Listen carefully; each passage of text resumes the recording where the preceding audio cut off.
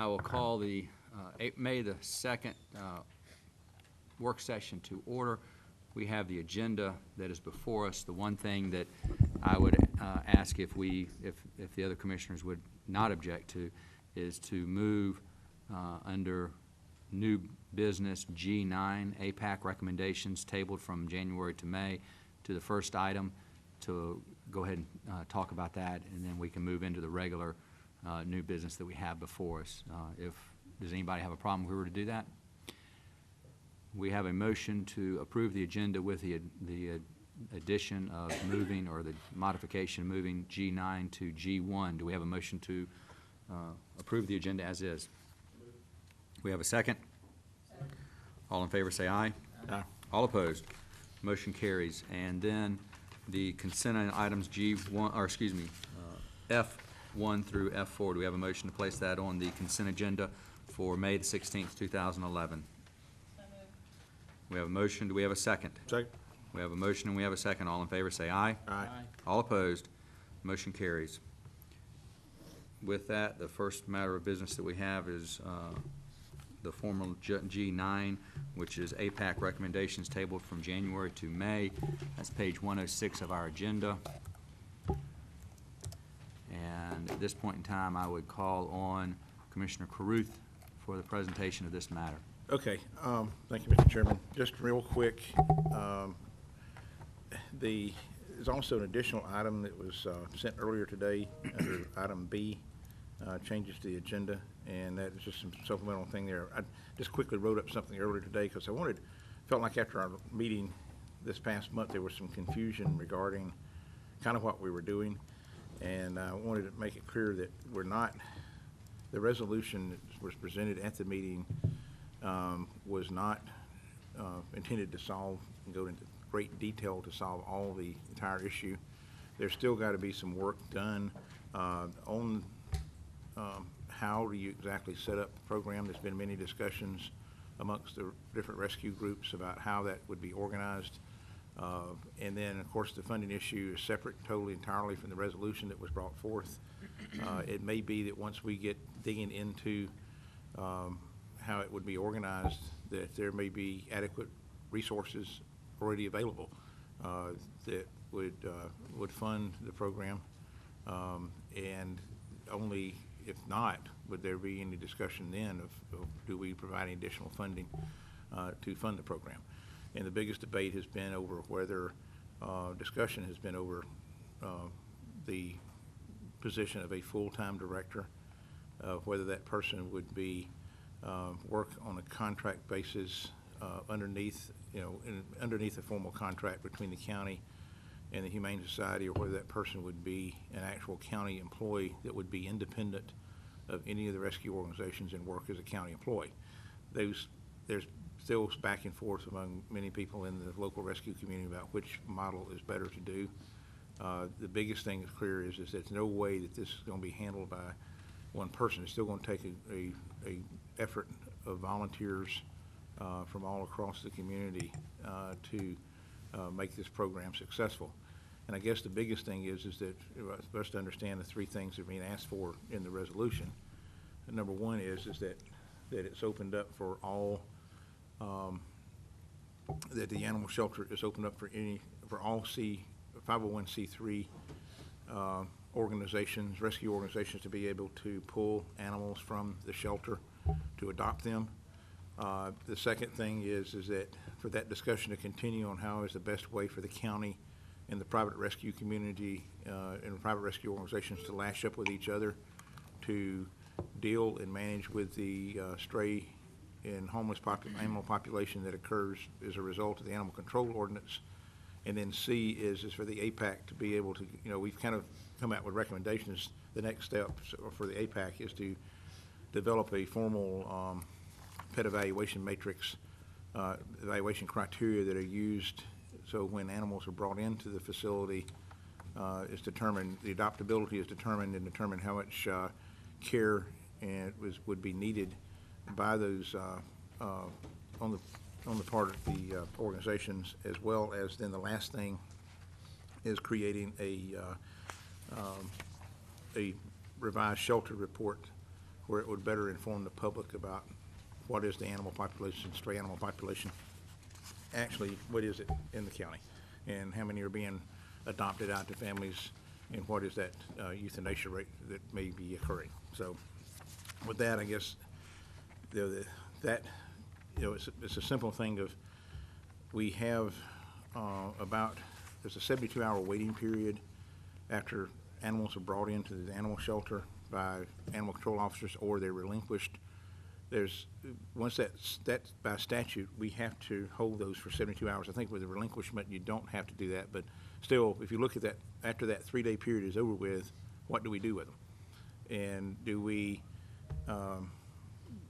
right now, there are efforts being done. I think there's some ways to improve that, and that's what I'm saying, is that I'm not sure if there's any, I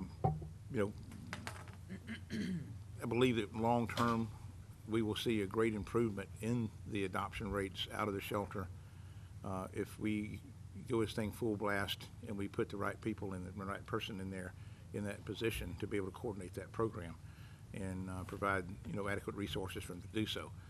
With the goal being is that within, no later than 2 weeks after an animal is brought into the shelter, that an animal is been basically transferred to a rescue organization to go through the adoption process, kind of the retail level, at which point that's where the public can go and adopt an animal. Then it's one of the private rescue organizations out in the community. So basically, that's all the resolution pretty much says, is that we're going to continue have that discussion to try to work out those, some kind of program that the shelter is, we are officially proclaiming the shelter is open to any 501c3 that wants to adopt out of the shelter, and that the APAC then, go on to the next step, and that is to put together the pet evaluation matrix. And then, of course, we can have the discussions as we get to budget time on, other issues related to if they need any more resources to do that with. And the whole thing is that this is not the anticipation of not costing the county any additional monies that we're talking about. The resolution does not. The resolution does not. The resolution is simply stating this is what we want to see happen. This is our intent.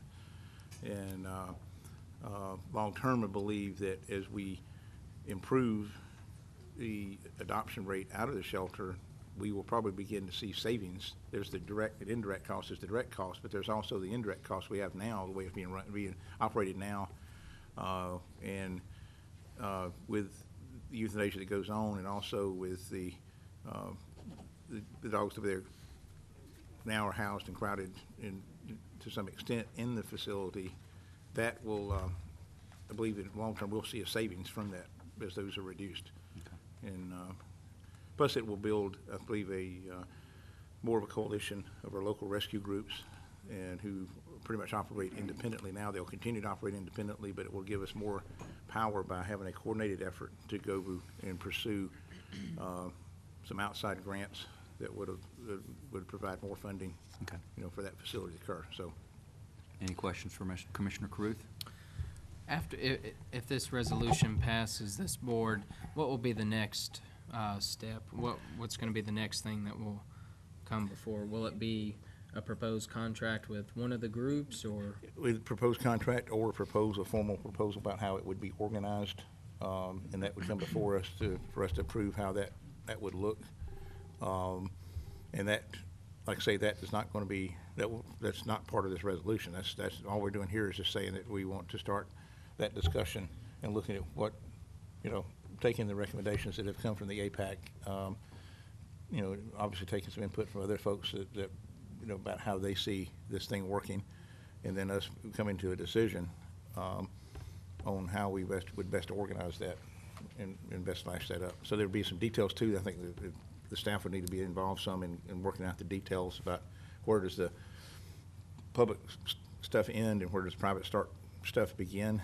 I believe you're going to be looking at those kind of details. I mean, it's details that I think is beyond the scope of us being able to do as on the board here. This is stuff that people that have been involved, boots on the ground for 20 and 30 years working in rescue, will know best on some of those things about how to divide those things up and work those details out. Any other question? Commissioner Burge? Will there be less funds going to animal control if this is all put in place?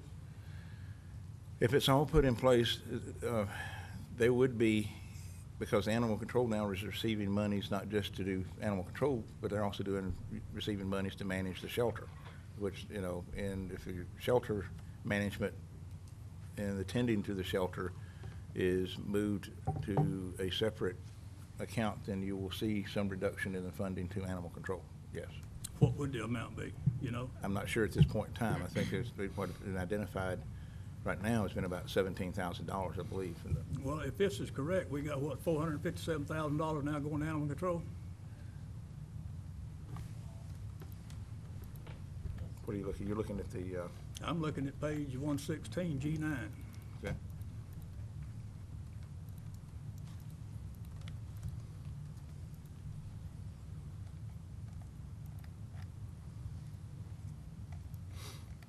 Is that a correct figure? That's what I was looking at. G9, okay. 116, G9. That's for salaries and wages, or the 457 at the top. Going into the bottom, Is that for the animal control? that's for animal control, that's for the animal control officers. That's totally what's spent on animal control right now. No, that's spent on the salaries. at animal That's what I control. mean, though. Yeah. It's still animal control. Right. If you go down to the very bottom, on the next page, 737,468 is the total amount spent. On animals. Yeah, on animal control total, the whole budget they've got. So,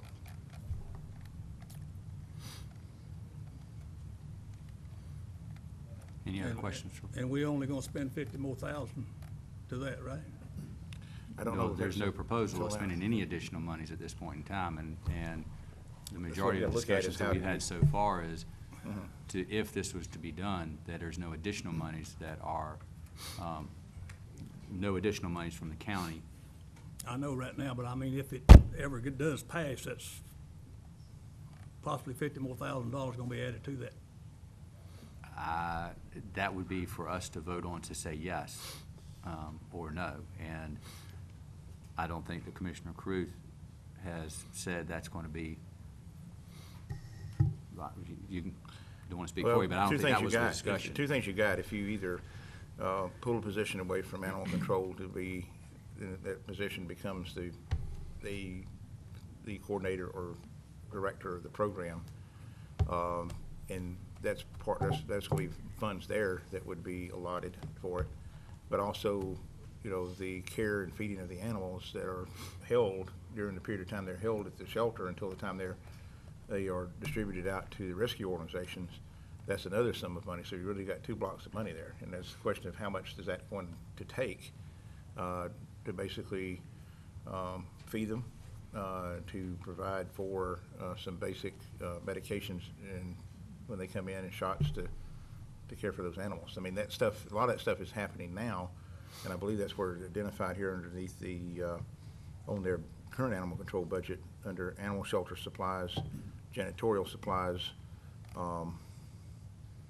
and those are the two main areas there that, that's where that money's coming from. Plus, there's a lot of, I think there's probably a lot of donated food and items that are flowing into that, because I understand Humane Society is actually covering a lot of that themselves out of their current funds. What's going to be the process? This resolution passes and there's a decision to contract with one of the groups to, I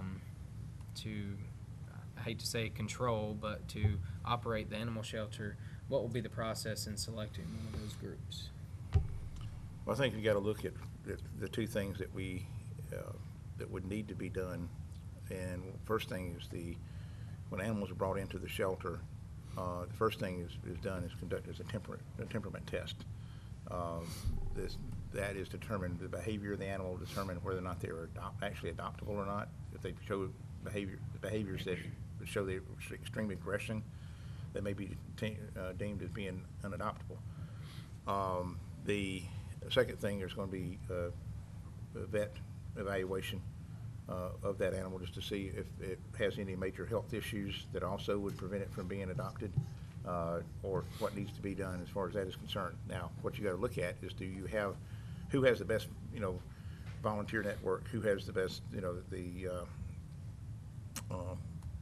relationship with veterinarian, other folks that can handle that and manage that process, so. And it may be that when it's all said and done, that may be several groups, it may be one group. And if it's one group, then what you've got to be very careful of is you have a firewall, so to speak, that divides the work that they do on behalf of the county in this evaluation process and their own internal adoption procedures and their own internal shelter operations. Is there a number of groups that are interested in this Right now, contract? right now, the only one that is interested is I think everybody's discussed is able to do it is the Humane Society. Have you got an agreement that all these groups are gonna work together? There's not agreement. No, there's not. So if we do go forward with this resolution, the presumption would be that the Humane Society would get the contract. I don't think you presume they'd get the contract. I don't know where we'd actually ever go to contract. We may decide to keep an internal position and give the internal coordinator funds to provide the resources, and we may go to the Humane Society and ask them to provide volunteers to help tend to the shelter. So it may not ever be But this resolution's asking to go in that direction, to contract with the group. what it says is that, yeah, what it says is to talk, to begin the discussion about, you know.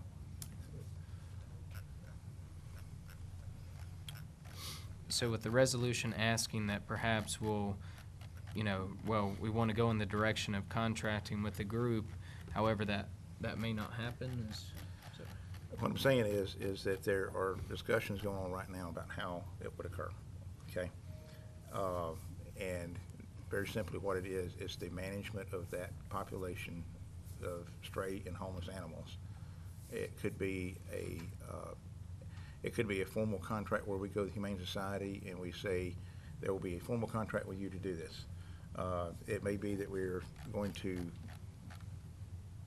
may go to 3 or 4 and say, for you to be able to here's the conditions under which you can get animals out, but you need to volunteer so many hours of volunteer time to the shelter. Because the other option we have is the two other options we have is to do just nothing, or if you brought all this in-house and did it all internally ourselves, then there's no telling how much this you were talking about. There's really no limit to the cost you're going to incur doing this all publicly.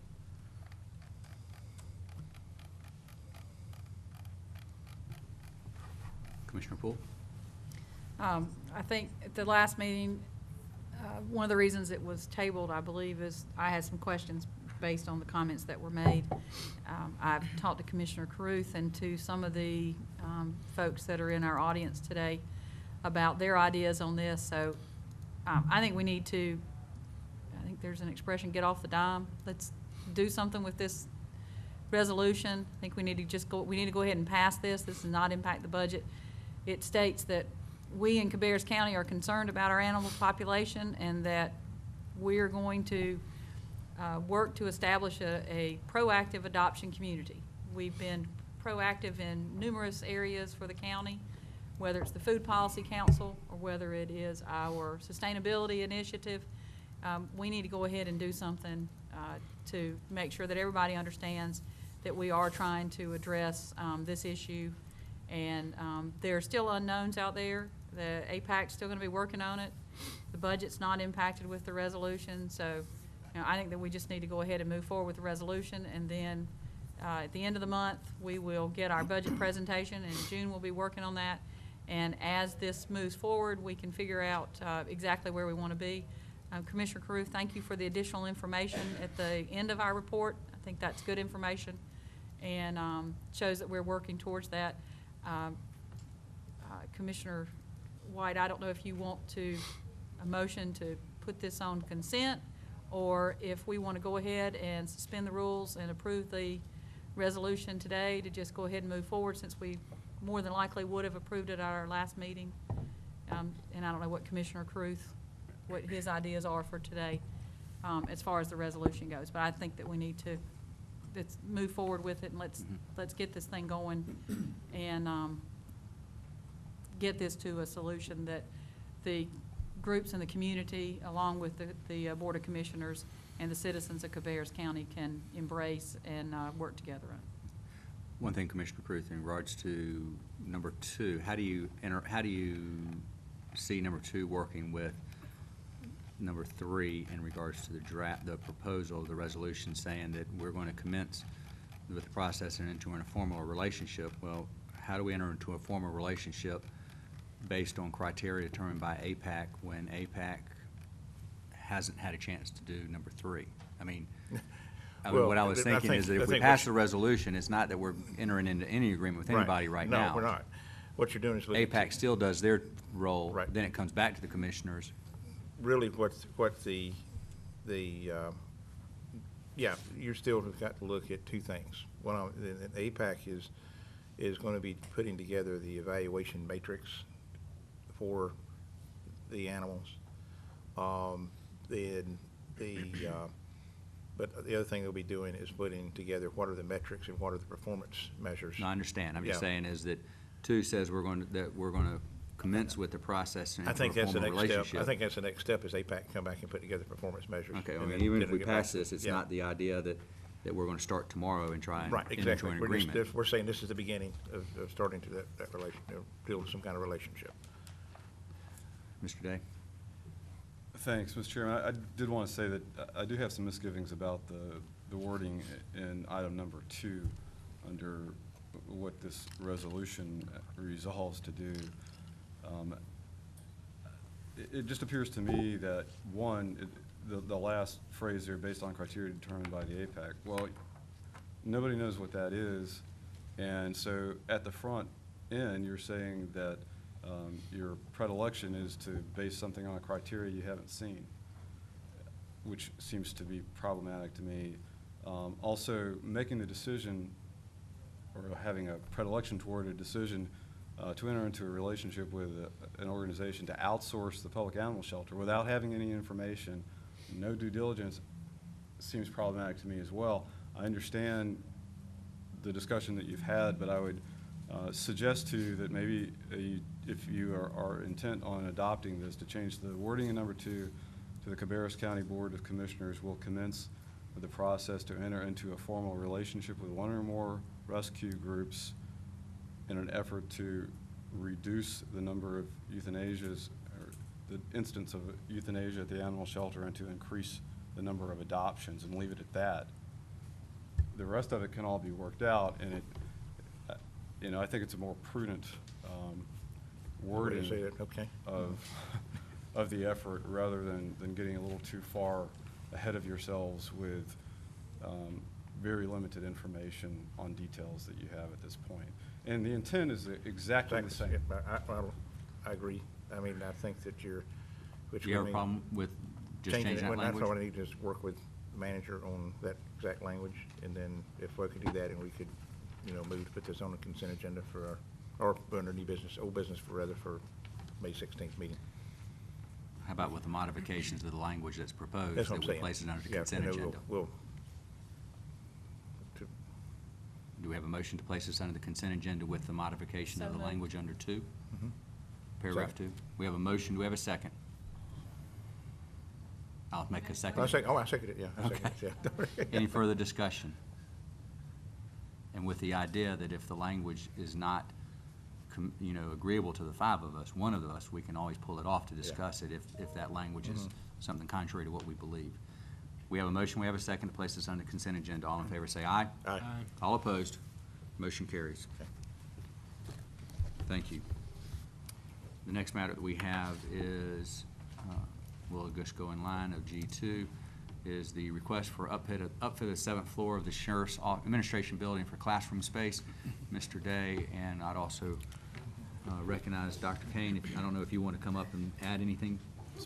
Spalding, I'm sorry. Gosh, I apologize. It's been a crazy day. Dr. Spalding, if you'd like to add anything other than what Mr. Day will be presenting to us. I think we're going to follow Mr. Day's lead, but I did want to introduce our board chair, Chip Short, who's the chair of our Board of Trustees. And so we're happy to be here, and thank you for putting us on the agenda. A couple And of it's months. okay about the Pam Kane thing. She's my across the street neighbor. It's okay.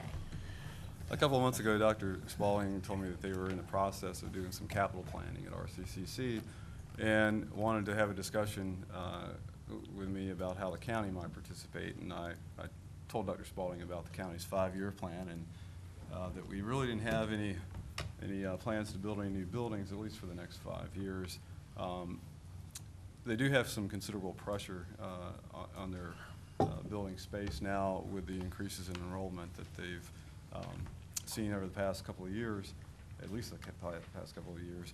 And so it occurred to me that there might be an opportunity to help them without spending a whole lot of money and by using a resource that we already have available, and that's the top floor at the Sheriff's Administration Building. There's about 20,000 square feet up there. It's unfinished. Finishing it could benefit both the county in the future, as well as now by providing some additional space for training activities for the Sheriff's Office. It would also, and EMS and any number of other county groups. It would also allow the community college to hold some classes up there that would free up space at their other buildings that could be used by others. So there is funding available in the capital project budget for the project that's ongoing over there, or that just finished. By the way, we did finally get the letter from the state saying that we can occupy the jail. It just came late last week.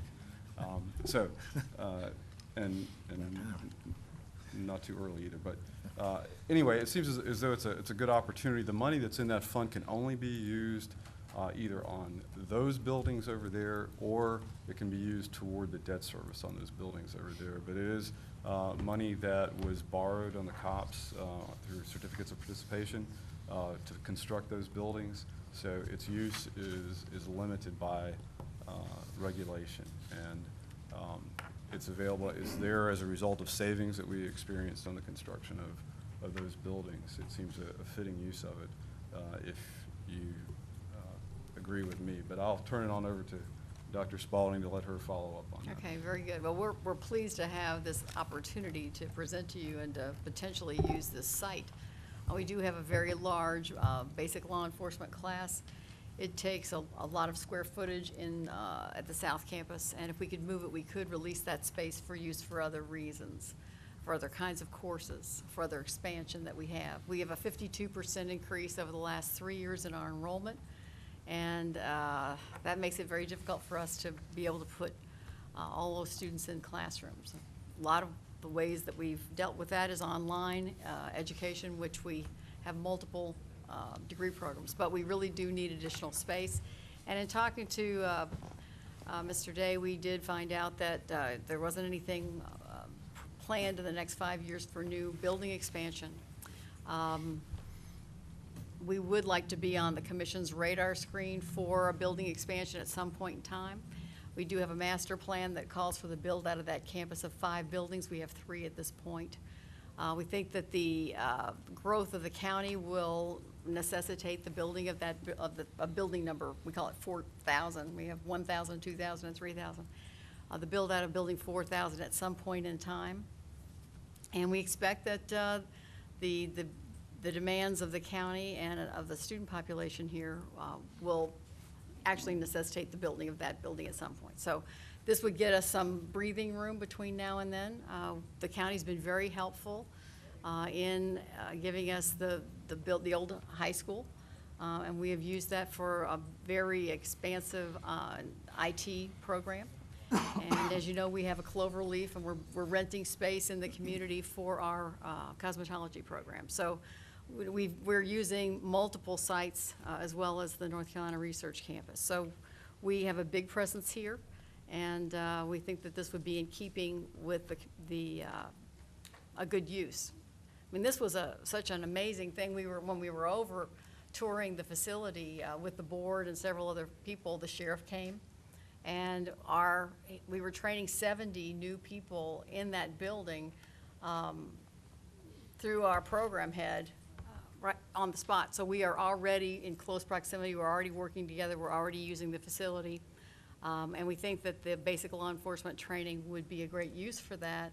It wouldn't be so specialized that you couldn't be turned into something else once we needed to move out. So we think we can work together and make it in everybody's best interest. So we appreciate the time to make that case. And trustee? Our board is very enthusiastic about this. We discussed it at some length at our retreat a couple of weeks ago. It is a great solution to a huge problem that we have on South Campus. And I, for one, would like to compliment your leadership in Cabarrus County for having the foresight to go ahead and develop that building the way you did, so that the use of that space is manageable and comes within budget and is there at a great price, whether it's us using it or any other county function there. It seems to be that we could get fast use out of that space, and it's a perfect answer, so we're enthusiastic about it from the board standpoint. What, how do we, if we were to go forward with this, how do we protect the integrity of the sheriff's department in regards to any sort of safety issues there? I mean, we're training, I mean, they'd be trained for law enforcement, but not everybody that goes into law enforcement to get their BLET graduates for one reason or another. And we want to make certain, I mean, I would want to make certain that if they had access to any of the building, it's only a restricted access to the portions that they're supposed to be in. And it currently is even restricted.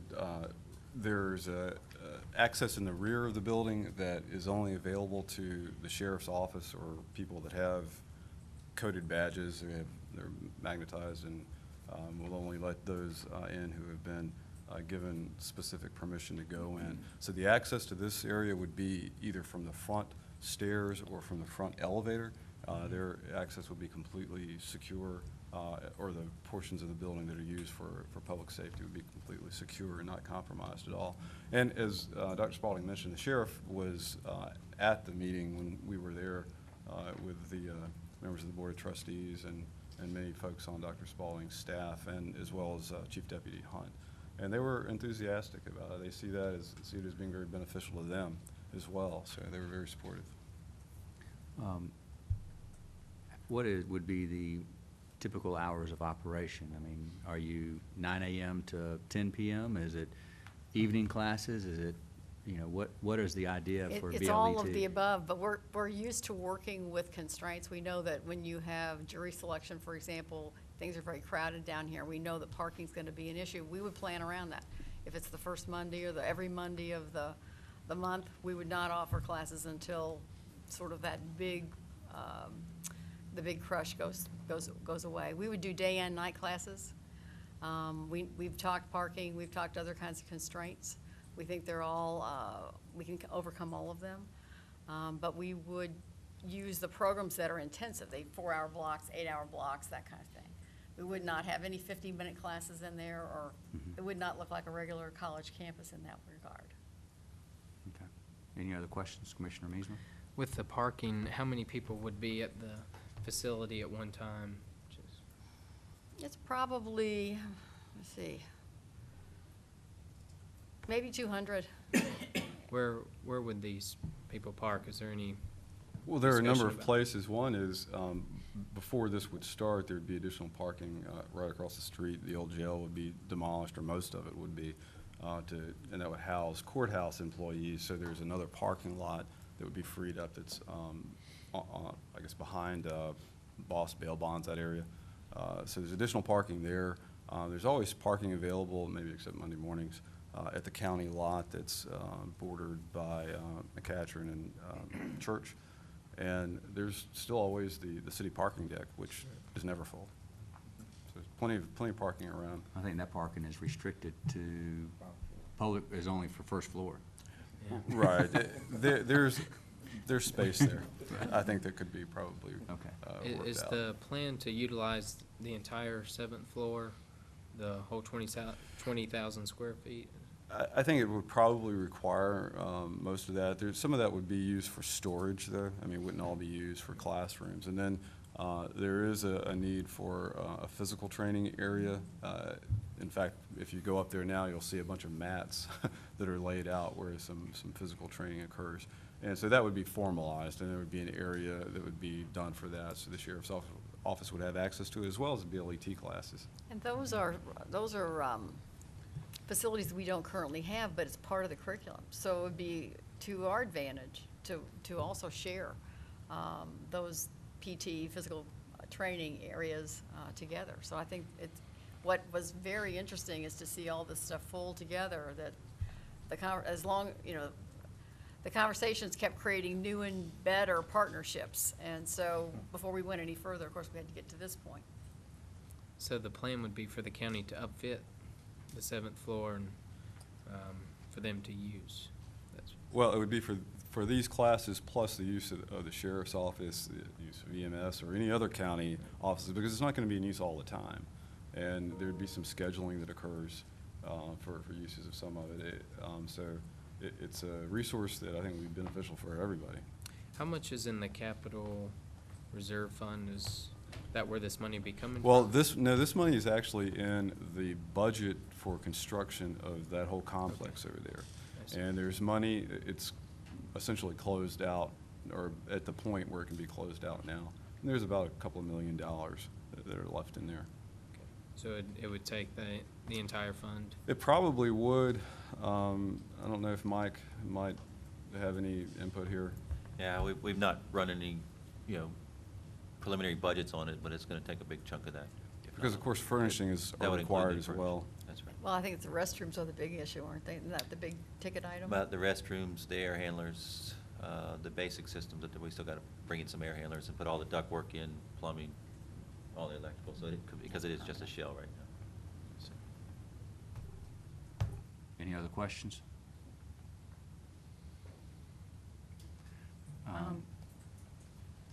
For you moving forward, have you had any conversations with the high schools about using any of their classroom facilities in We the have evening not. hours? We have not. Because, I mean, it's going to be a while before there's any funds available, so I didn't know if like, based on your location, if A.L. Brown or Northwest Cabarrus are the ones that come to mind that are probably the closest to you, especially Northwest, it's right there. If you had had any conversations with them, with the school systems, plural, about using some of their classroom spaces. We have not. For the county manager, have you heard any more about the misdemeanants and 6 months? And are we still going to be able to demolish the old jail building? Or are we going to be in a precarious situation where we really can't demolish that and we're going to have funds to renovate it? I would suggest that building needs to be demolished regardless of what happens. Really, it's at the point, well, you see the jail reports that come out, the inspections, and part of it is the facility. And if it was going to be, if it's going to continue to be used, all the plumbing really needs to be replaced. And I couldn't justify spending the money that it would take because, of course, of the type of construction that is, it would be very costly to do. As far as contingencies, if we have to house misdemeanants or even felons if the number gets bumped from 6 months to 12, there's also discussion or possibility of some of the smaller Department of Correction operations closing, like the one in Mount Pleasant, for example, which would be a good place to house prisoners if we have to do that. So there's some other options that may be available. And you've still got, even doing this, there's funds still set aside to demolish that building? Right, and that's in a separate area. That is in the Capital Reserve Fund that Chris had mentioned earlier. How many of the basic law enforcement classes do you offer during the course of a year? And about how often, I don't know how long they, I don't know if, is it a regular semester amount of time that they spend there, or is it a 5-week program? I don't know. We have both. Commissioner White probably knows more. I don't know much about that particular program. Well, there's both credit and non-credit programs. We would start our non-credit programs, our continuing ed programs there, because for us to use it as a credit program, we have to get permission from the state and also permission from the Southern Association of Colleges and Schools before we can use a place like that. So we'll start off with our 9 credit programs, which are intensives. Some of them are all day long, some of them for a week. They have all different kinds of schedules. But the basic law enforcement, Tim, you may remember, do you remember how long that program lasts? No, I don't. Okay, so it's less than a term, and we'll do multiple classes. The college's mission toward public service is huge. This is one of the larger programs that we have, both fire, police, EMTs. We teach CPR. We teach certified nursing assistants, LPNs and RNs. So this is the largest part of our business, the public service employee. And I don't know how exactly it splits up between what's offered at North, where we have a similar program, and what's offered at South. But it's substantial. It includes, it's about 800 FTE out of our 7,000 FTE as a college. I don't know how much of it will be in this square footage. I'm not sure if everybody knows this, basic law enforcement training is required of any law enforcement officer that's going to be sworn.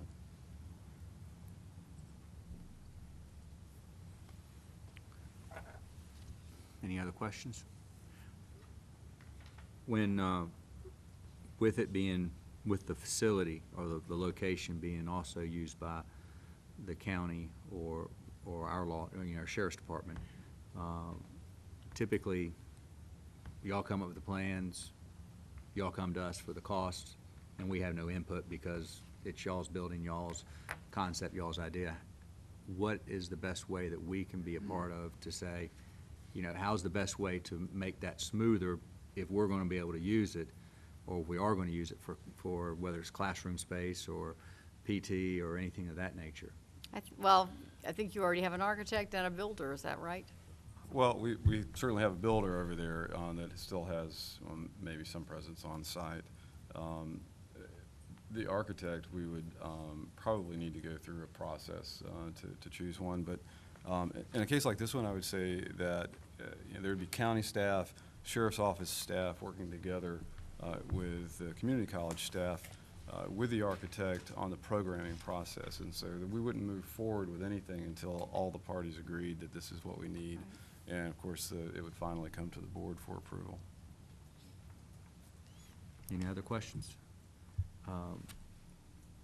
There is nothing that we need to vote on other than just give a consensus to move forward or not to move forward. That's right, and we could, the first step is really to hire an architect and begin some programming.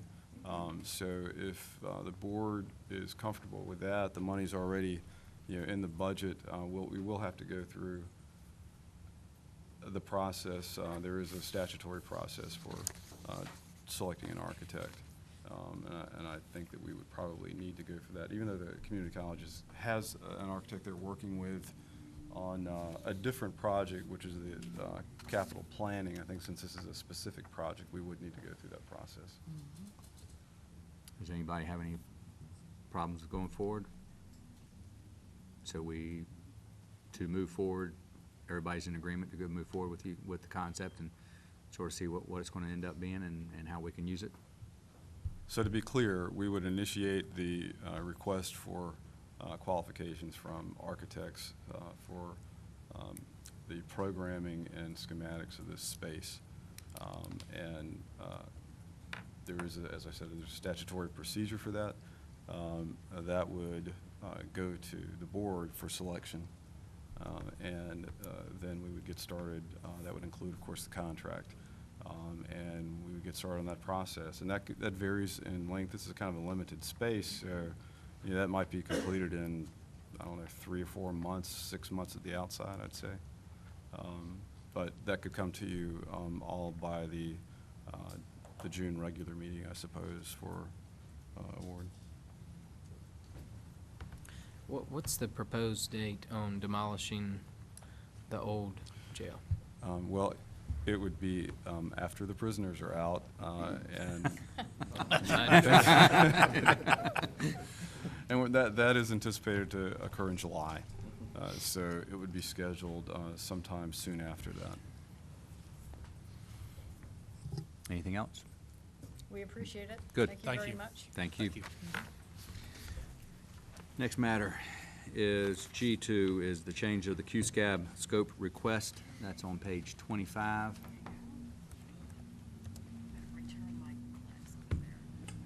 Mr. Whitkey.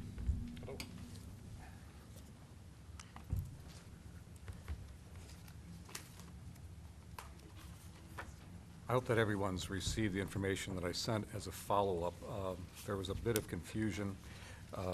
We initially were looking at a budget for this project of $180,500. That is the construction number. So I sent out a clarification document, which I hope you've received. This project basically is taking an existing, currently funded project under QSCB, which was the J.N. Freeze roof replacement project, and in effect using a portion of that money to help pay for the renovations within that same school for the PLC. Ideally, we'd like to have that done this summer so that it could be in operation as of August of this year. That's an optimistic undertaking at this point, but that's our goal. Originally, we were hopeful that we could fund this with operating dollars, but because of budget restrictions, budget cuts, I should say, over the last year, that became extremely unlikely. So we looked to the QSCB funding, especially because it's at the same school, that we would be able to use these funds. Just so you understand, the roof project has been ongoing for several years. We've been doing it piecemeal all along the way, usually addressing the worst-case scenario, or area rather, to fix using maintenance dollars each year.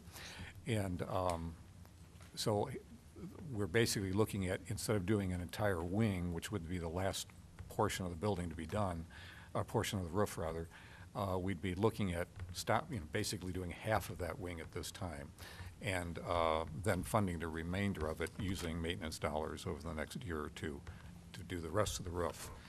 But we felt that because of the current and rising costs of keeping the PLC at the old Odell School site, it really is financially demanding that we make this change, that we relocate the PLC to another place.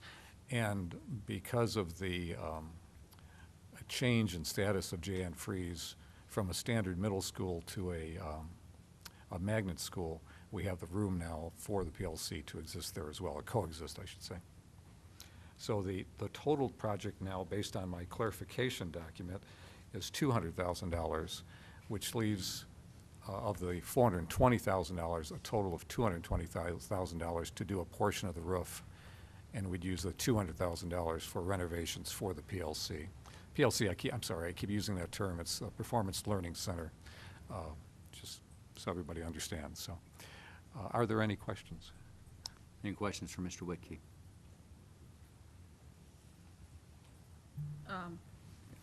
So, kind of similar to it, but not specifically on this request. How far along are you getting bids for all of the QSAB projects? We are in negotiation with all the design firms, and we hope to have those under contract sometime this month. We will not be able to bid everything. I think we talked about that initially. It's going to be over a period of years.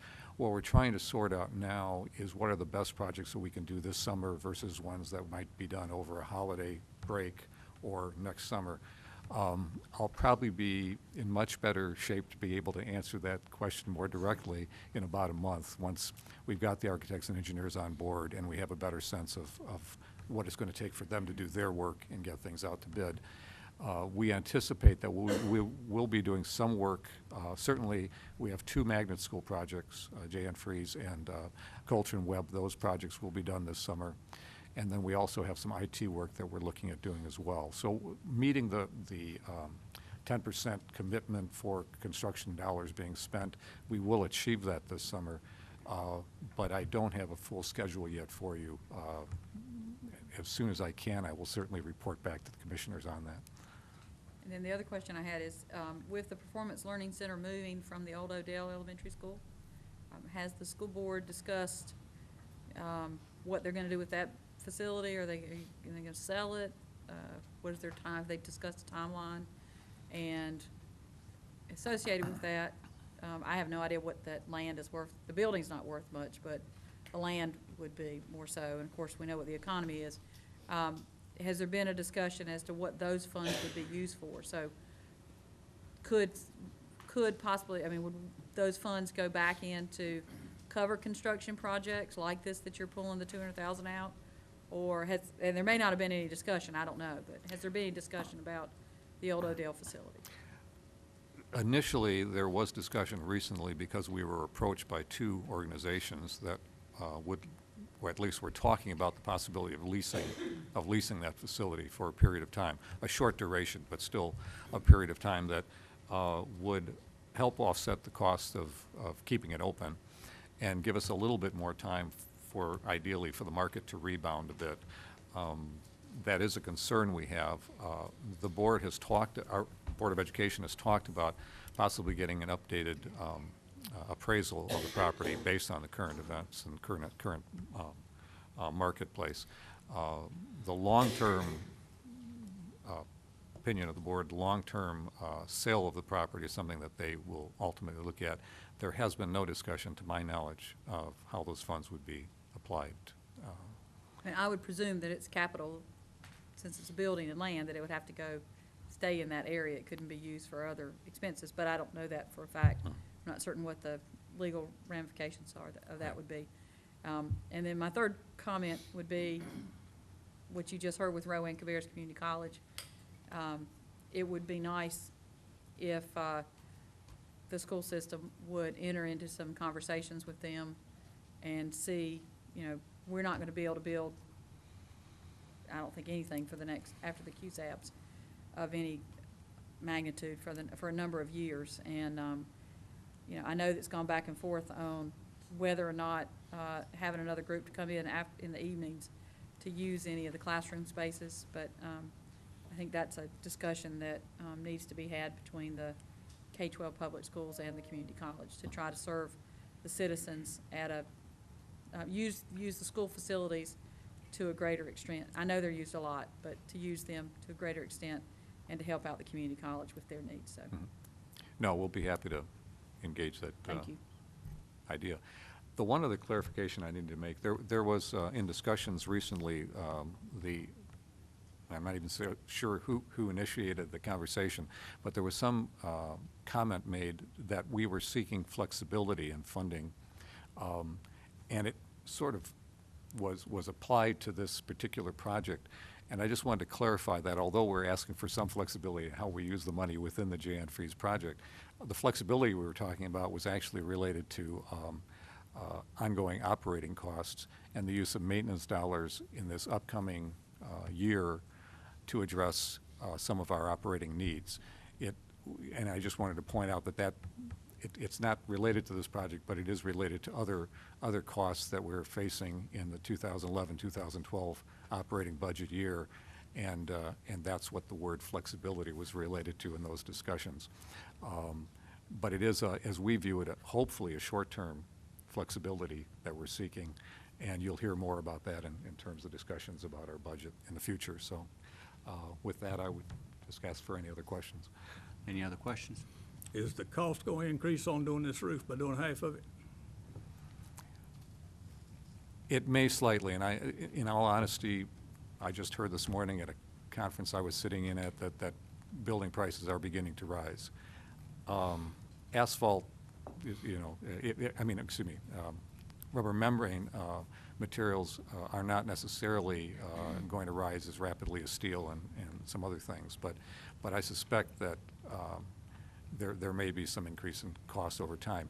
If we can do this next summer, hopefully we'll minimize that cost increase. Well, I know if a contractor went out there and bid the whole roof and you come back and do half of it, if I bid the job, I'd come back and increase the price on that half. And I think any contractor would. Yep. Any other questions or comments? Is there a motion to place this on new business or consent? I would make a motion to place it under consent. We have a motion to place this item under consent. Is there a second? Second. We have a motion, we have a second. Any further discussion? All in favor, say aye. Aye. All opposed? Motion carries. Mr. Chairman, I do have a letter that we were going to send to DPI addressing this change in the budget, and it has been signed, approved by our board and signed. It simply basically states the same information I've stated here before you, and it's signed by our chairperson, Holly Blackwelder, so I would request that you sign it and then return to me, and I'll be happy to mail it to DPI if that's Is there acceptable. a concern or anything that I sign it today, or, okay, I don't have a concern. okay. Okay, I'll get it signed. Thank you very much.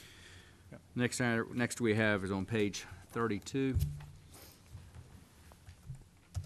Is finance and budget amendment appropriation of $570,000 to the self-funded insurance funds.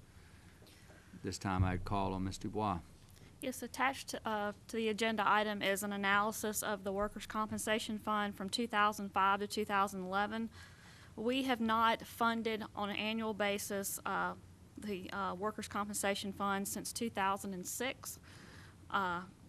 We have been doing very well to live off the reserves of that fund, but we've had some substantial claims over the last 2 years, and we're requesting, based on analysis that's done by our insurance agent, to make a contribution of $570,000 to offset the reduction that has been taken to the reserve balance of $1.5 million, which was recommended.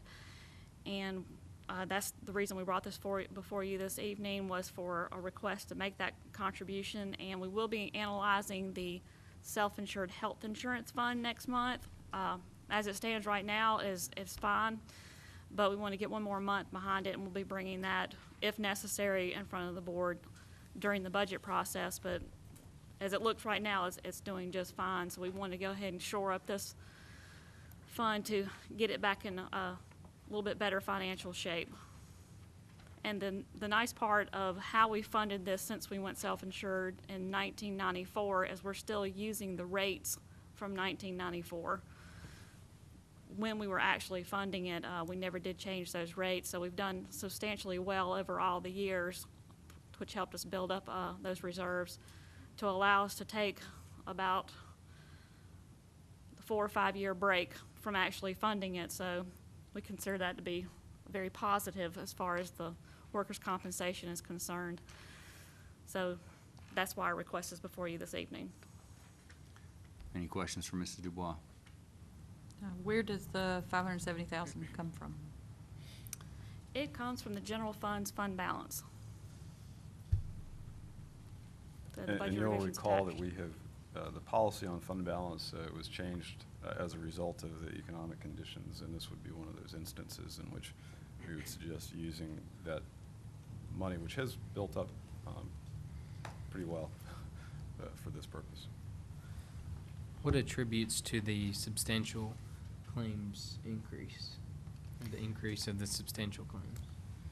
I would have to defer probably to someone who attended some of those meetings. I'm not very familiar with the actual claim, so am I gonna look at Rich? I didn't know if there's one situation in particular that.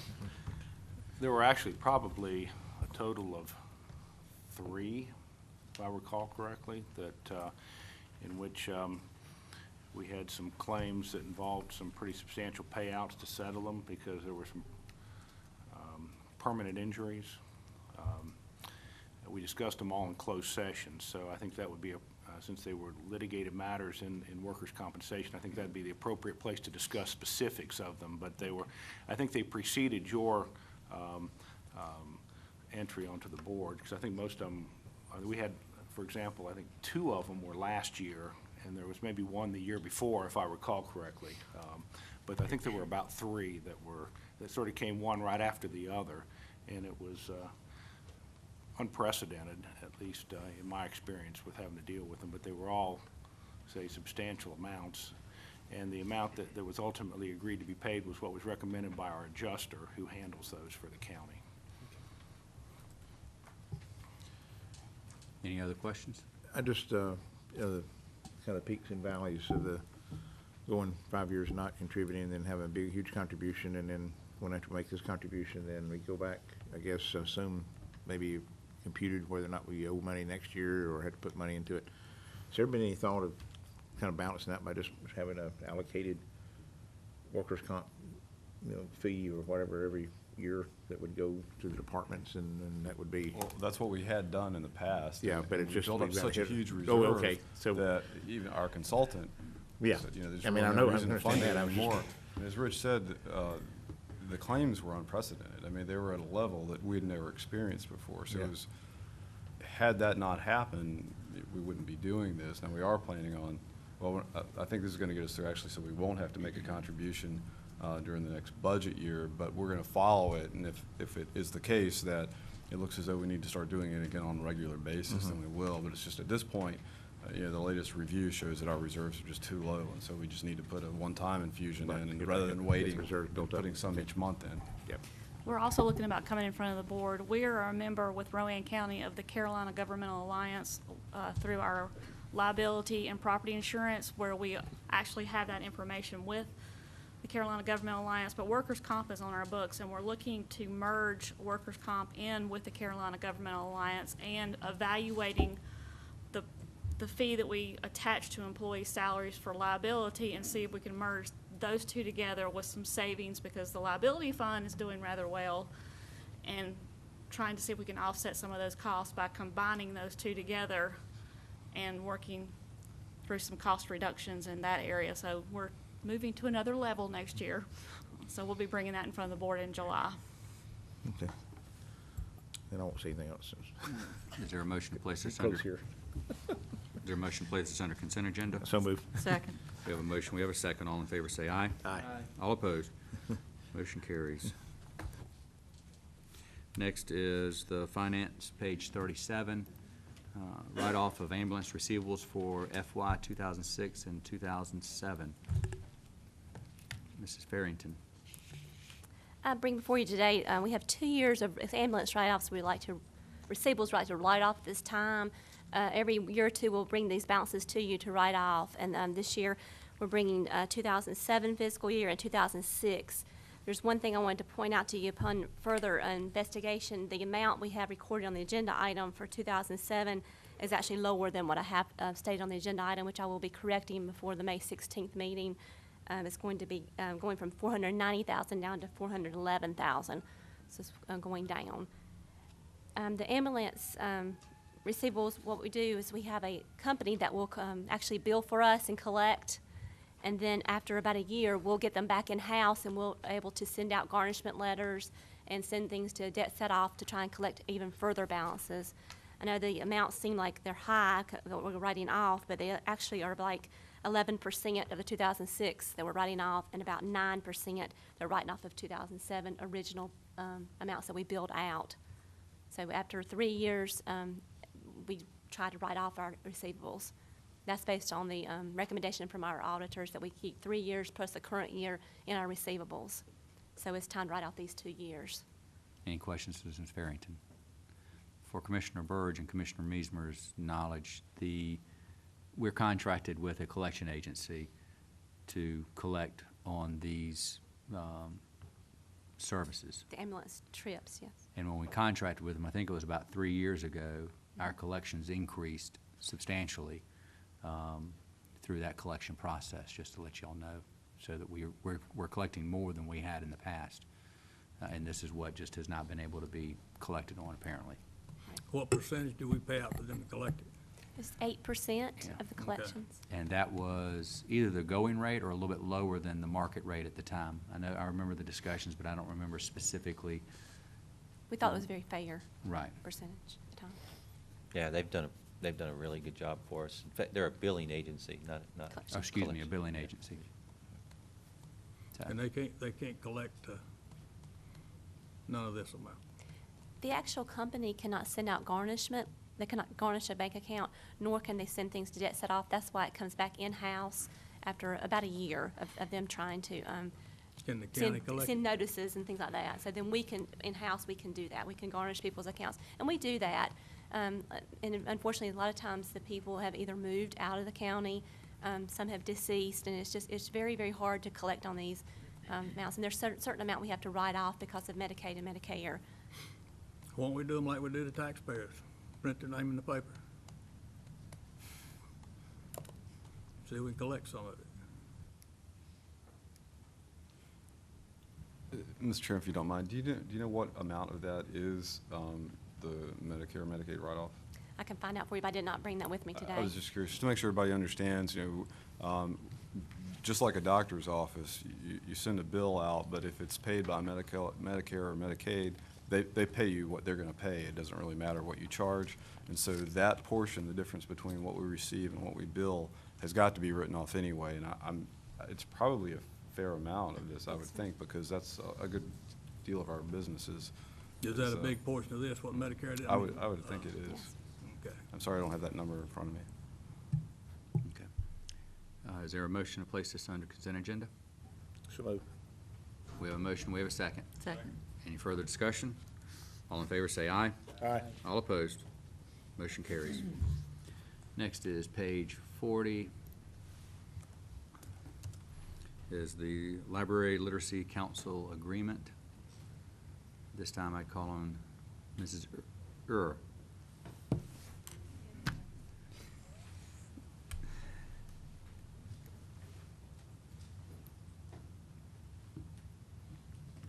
I'd also like to bring up Christy Wilhelm, who's on the Literacy Council Board. Sure.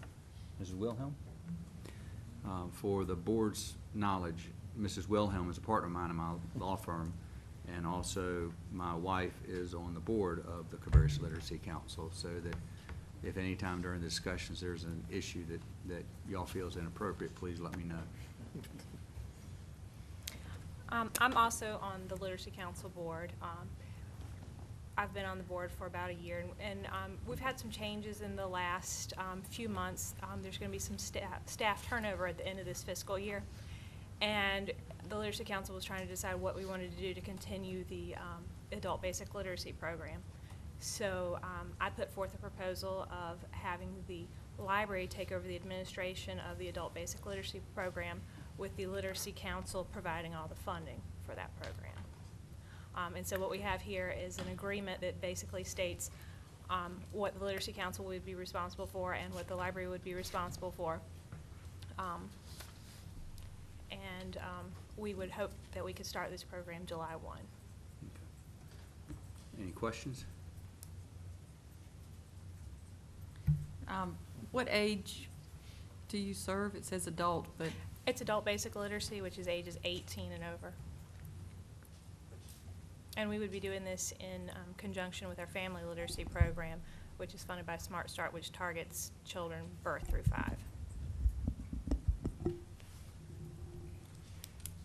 There would be no monies coming from the county, There would be no monies coming from the county, that's correct. and the monies that would be used to pay for the services, grants or whatnot through the Literacy Council, obtaining them, or fundraising through the Literacy Council. That is correct. correct. Okay. About how many people are illiterate, or number-wise? There are In about... Cabarrus County. In Cabarrus County, there are about 22,000 people who are illiterate or have serious literacy issues, and that's adults only. And about how many people are active in the program right now? We have over 400 trained tutors, and We have approximately, I believe, 200 students right now who are being trained in the current program that we use for teaching literacy. And we have, as Dana has said, about 400 trained tutors. We have partnerships with a number of community organizations, churches, other nonprofit agencies as well. How will this enhance or detract from the literacy, family literacy services that are being provided now by the library? I don't think it will detract at all. I think it will enhance. Right now with the family literacy program, we're targeting, it's targeting children birth through 5, but primarily it's targeting their parents or caregivers, and they're generally people who are already at risk. So this is bringing more attention to the program, that they can spread word of mouth. Word of mouth is the best way to advertise a literacy program for obvious reasons. So we found with the family literacy program, word of mouth has been just tremendous And we have parents who have already completed the family literacy program who are wanting to come back and talk to the new parents enrolling in the family literacy program to tell them about how it's impacted their lives already. So I feel like it will have a similar impact, and the two can advertise for each other. If this were to be accepted, does the Board of Commissioners then become the board for the Literacy Council? No. Good. Although we can use all the help we can get. The Literacy Council board remains intact.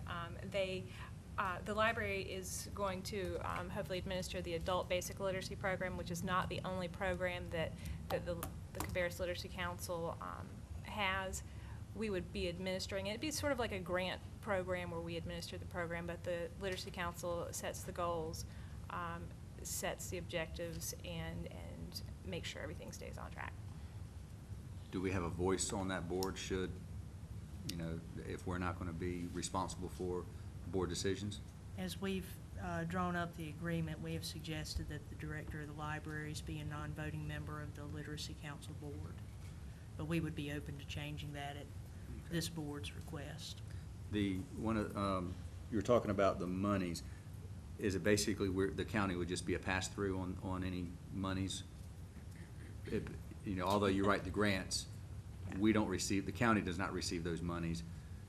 It just goes directly to the Literacy Council for implementation, but it is still audited, it is still maintained that those monies are used properly. Absolutely. And the Literacy Council is a 501c3 organization. Okay. And I thought I saw somewhere that should this go through, there's already a grant out there that would be available? We have high hopes. Okay. Any other questions? We have a motion to place this, well, is there need, if this is something that's going to be passed by this board, is there any need to have further publication of what is going on for the general public to be put under new business or to put it under consent agenda?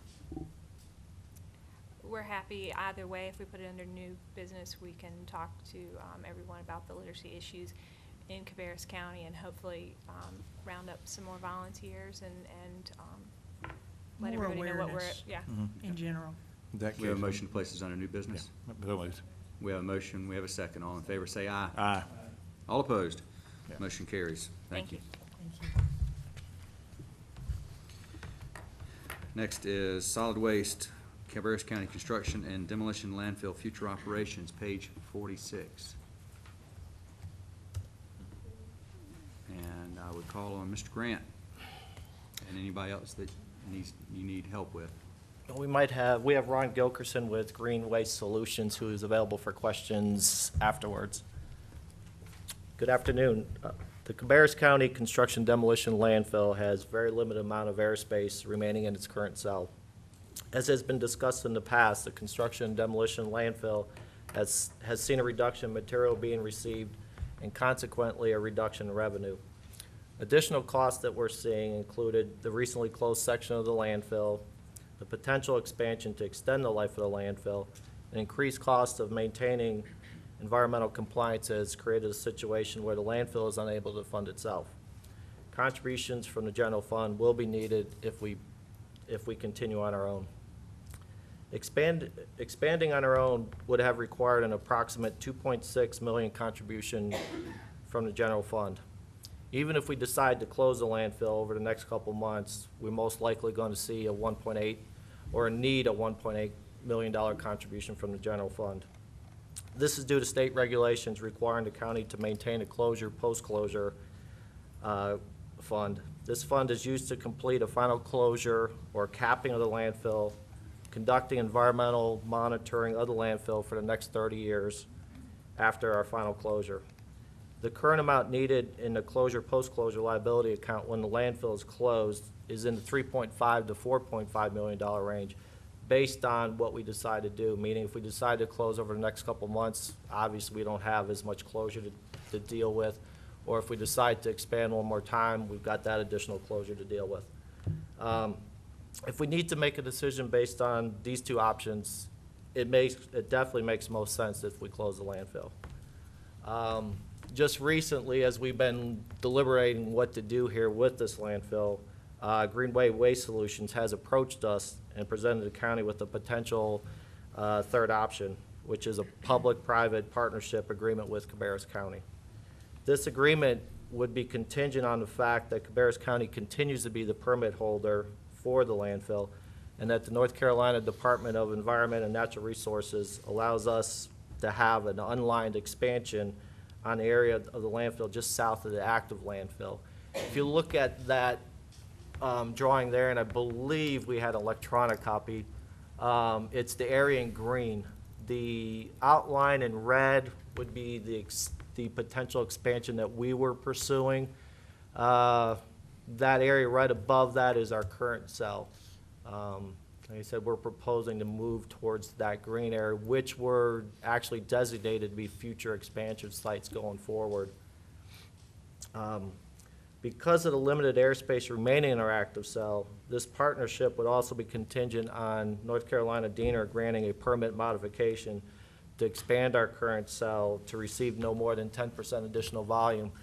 And that would give us some time to actually go out, look at this area, do some meetings and testing, looking at groundwater issues to see if we could prove to DENR that we would not need a lined landfill in that area. We are grandfathered from needing a liner.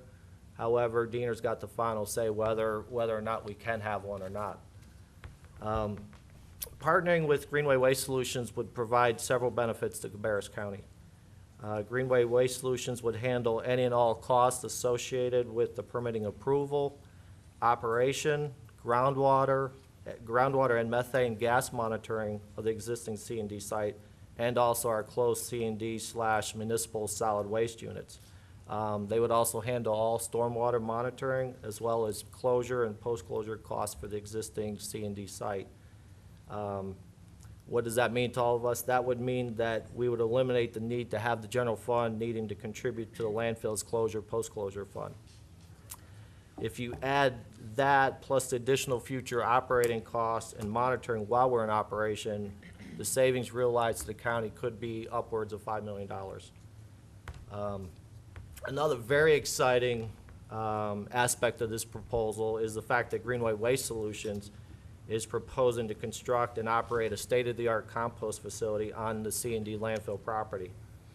Now, this would be a Type 3 compost operation that would be able to accept food waste. This would give Cabarrus County the potential to eliminate food waste from entering landfills. Now, this food waste takes up valuable landfill space and also creates methane gas, which is a very dangerous greenhouse gas and which would definitely affect our air quality. And in return, we would receive beneficial compost that would be produced from this operation.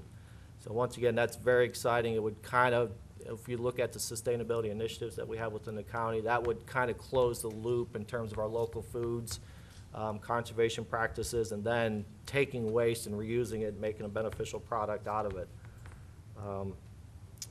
Once again, please note that any potential public-private partnership is contingent on North Carolina DENR granting us a permit. And we also got to note that because we have very limited airspace remaining, we must move fairly quickly to work towards obtaining a permit modification and approval from North Carolina DENR to proceed in this direction. What I'm asking for is the Board of Commissioners to provide us with the guidance on these operations with the recommendation that we pursue a public-private partnership with Greenway Waste Solutions. I'll now take any questions, and like I mentioned earlier, I have Ron Gilkerson from Greenway Waste Solutions, who's also available to answer any questions you may have. Are there any questions for Mr. Grant?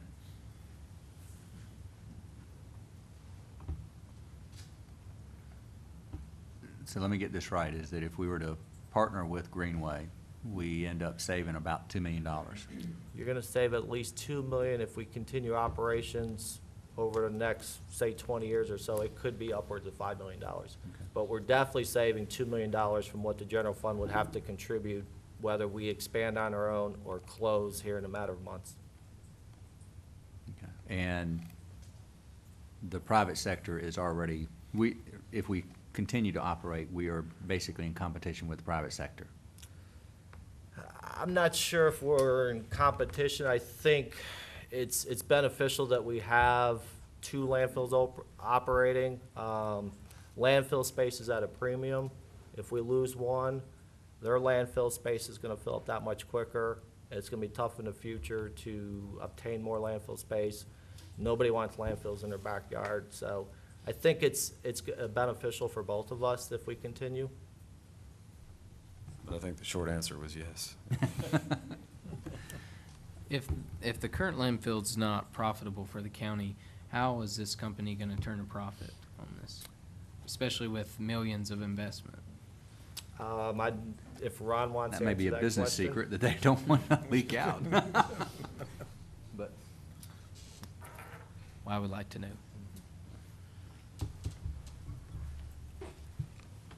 Mr. Chairman, Commissioners, Ron Gilgerson, Greenway Waste. Appreciate your time this afternoon.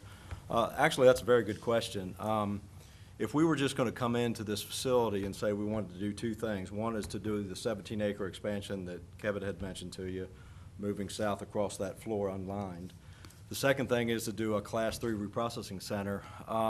There are some unknowns moving forward, and there's a heck of a lot of investment from Griffin Brothers to make this happen. But there's a couple of key things. We just invested over $2 million in a C&D recycling center at our Highway 49 facility in Harrisburg. And our intention here to improve our economies of scale, where you all don't have this benefit, is to move segregated waste from this facility under a recycling permit to our Highway 49 facility to increase our volumes for recycling. We have, over the past several years, probably 8 or 10 years to be exact, have developed other economies of scale to move waste through the landfill, segregate it, and move it out for another price. And that's clean wood, gypsum products, which are sheetrock, now shingle products for hot asphalt mix, metal products obviously going for scrap. I mean, there's a lot of different economies of scale that we've developed, and that's why we've invested over $2 million to pick through these recyclable materials at Highway 49, and we feel like this landfill can only enhance that. And as an addition to that, the Type 3 reprocessing center that Kevin had mentioned, which we're very excited about for sustainability issues, but diverting that food debris waste stream is extremely important as well. We've been involved in Type 1 reprocessing facilities at 2 facilities, one in Raleigh, one in Harrisburg, and that's basically grass clippings, tree limbs, leaf product, and basically windrowing that in large, long windrows and creating a compost for reuse. In this instance, we'd be taking the food debris out of the waste stream locally, adding that back here, and then providing you all a clean compost product for park and rec and beautification. Also, we have interest in a bagging operation out here too. What we've originally proposed as a part of this proposal is doing this in a building, much like the C&D reprocessing center is at Highway 49, and generating this clean compost, basically do a bagging operation, doing something similar to like a Wallace Farms. Although they're outdoor, we'd be indoor. where are y'all located on 49? We're just north of just Harrisburg in Far Mill Road, the Speedway Industrial Park right there, off to the right as you're moving north out of Harrisburg. Okay. And we've been there, originally permitted through Cabarrus County back in '99 and 2000. So we've been operating a C&D landfill and recycling center since early 2000. What happens to the potential liability issues if we were to contract with you? In other words, you'd be operating it, so I'd assume that we step away and we don't have any liability issues at that point in time from the day you take over. With respect to this C&D area, Right. That's exactly right. You have 3 unlined MSW units on site, Unit 1, 2, and 3, I believe, Kevin? Yes, sir. And basically, you've got some groundwater contamination issues that have emitted from those unlined facilities. But with respect to this existing C&D, which is about 5 to 8 acres that you see kind of wrapped in the white contour above the red, and everything that we would advance to the south in green would be our liability. What happens if the economies of scale tank and y'all are not able to move forward with it? How do we protect the $2 million that we would normally do? What happens there? Well, at any time that we would pull out, we would officially close the landfill. under And- our cost. Okay. So, And there's a caveat in there, and Kevin was going down the path of what if. Obviously, this unlined landfill expansion has not been approved by Diener. We've had some conversations with Diener, and they feel like we can do this. And really, the reason that we formulated this idea, this is exactly the way that we're operating our grandfathered C&D landfill space at a couple of other existing locations in North Carolina. There is a permissible regulation that will allow you to do contiguous expansion unlined in North Carolina if you are contiguous and you don't have groundwater contamination issues, which are away from your unlined units. So we feel like that this will be permissible and will be permitted by North Carolina. and for future safety issues, that the groundwater gets tested to make certain there's no leakage, no. That groundwater's currently been treated, and we're remediating it right now, and we're seeing positive results, and we've never seen an instance where it's left the property. Okay. And the other thing that's key to all of this is your unit, MSW online unit number 2, I think is just around where that red area was with the Right here? expansion. Yes, sir. Yes. That's just basically on that map, if you will, just below the green. That groundwater is moving to your left across the screen. So it is not moving ahead towards the green. So because of that groundwater contour, as they call it, the groundwater flow direction, Diener, in our opinion, will permit this because there's going to be a clean buffer between your unlined MSW unit and the new green landfill. Otherwise, if there was cross-contamination, we'd never be able to permit this. Okay. Any other questions? I have two. How long is the contract, would the agreement be between the county and you?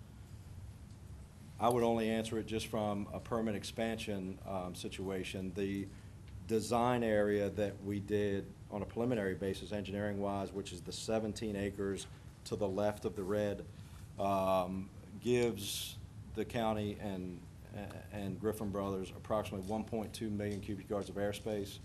If we were taking 50,000 tons annually instead of 30,000 tons, that landfill space would last 20 years.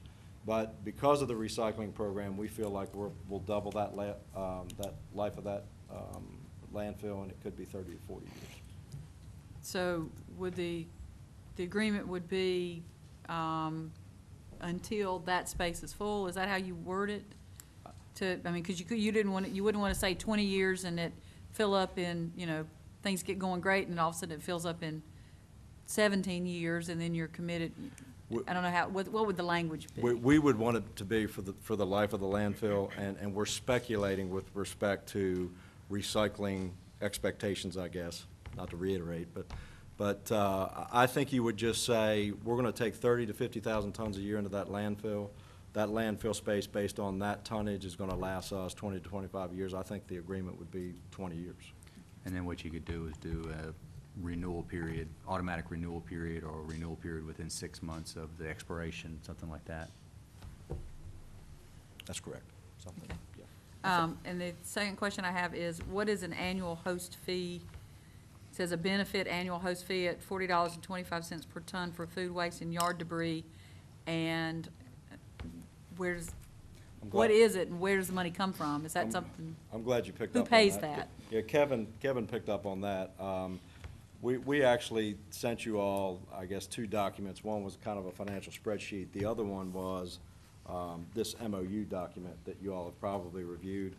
That was an in-house document that we were going through some proposal benefits, and that actually doesn't mean anything. I mean, the 40-25 doesn't, it was a typo, and we had sent that on because that was the front end of a dressed-up proposal we were gonna send you, and then we were requested to have this MOU, so it doesn't mean anything, basically. There is no host fee, I guess is what I'm saying. Okay, so, I know that if Well, I need. there could be a host fee. and There that's could be a something that host we would fee. work out later. Yes, we've not proposed a host fee. Maybe that's more appropriate. Is a host fee paid by us or paid to No, us? typically, a host fee is something the host receives, which would be the county in this case. And it's ordinarily, in an instance similar to this, it would be some number of dollars per ton. So for each ton of waste that came in, there'd be a host fee payment or payment made to the host by the operator. Okay, currently, if we, I don't know, if we built a deck or we did something at my house and we had, you know, whatever, lumber or something that we had that we needed to dispose of, we would put it in our trailer and we would cover it because we would not want to be on the roads without a covered trailer. And we would put in our recycling box so that when we got there, we could show that we had recycled, which we do all the time, and show that we lived in the county.